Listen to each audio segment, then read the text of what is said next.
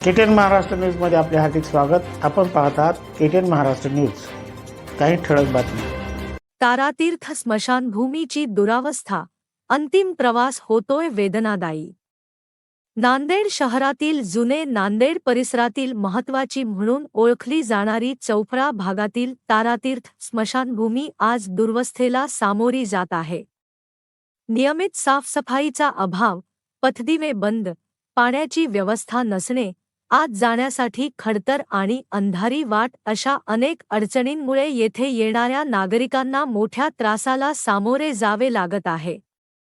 परिणामी मनुष्याचा अंतिम प्रवासही वेदनादायी ठरत असल्याची हळहळ नागरिकांतून व्यक्त होत आहे। हिंदू धर्मात गोदावरी काठावरील अंतिम संस्कारांना विशेष महत्त्व आहे। चौफळा, रंगार गल्ली, सराफा, इतवारा, विणकर कॉलनी, मारवाडी गल्ली अशा अनेक भागातील सामान्य नागरिकांपासून ते प्रतिष्ठित व्यापाऱ्यांपर्यंत सर्वांचे अंतिम संस्कार याच ठिकाणी होतात। दररोज सरासरी 4 ते 5 तर महिन्यात 100च्या आसपास अंतिम संस्कार येथे पार पडतात। याची नोंद मनपाकडेही असल्याचे सांगितले जाते। तरीही सुविधा पुरविण्याकडे प्रशासनाचा घोर दुर्लक्ष असल्याची नाराजी नागरिकांतून व्यक्त होत आहे।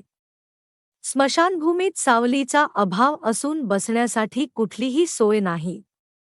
आवश्यक असेल तेथे झाडे लावणे, पिण्याच्या पाण्याची व्यवस्था करणे, बसण्याकरिता खुर्च्या अथवा बाक उपलब्ध करणे अशा मूलभूत सुविधा तातडीने करण्यात याव्यात, अशी मागणी जोर धरत आहे।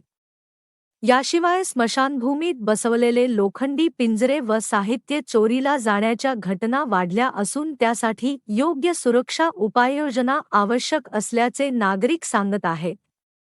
या सर्व समस्यांमुळे अंतिम यात्रा पार पाडणेही कठीण झाले आहे। त्यामुळे संबंधित प्रशासन, महापालिका, स्थानिक नगरसेवक व आमदार यांनी तातडीने लक्ष घालून आवश्यक पावले उचलावीत, जेणेकरून मनुष्याचा अंतिम प्रवास वेदनादायी राहू नये, अशी ठाम मागणी परिसरातील नागरिकांकडून करण्यात येत आहे। परिसरातील घडामोडी पाहण्यासाठी पाहत रहा KTN Maharashtra news. Channel subscribe करा, लाईक करा व पुढील ग्रुपवर शेअर करा।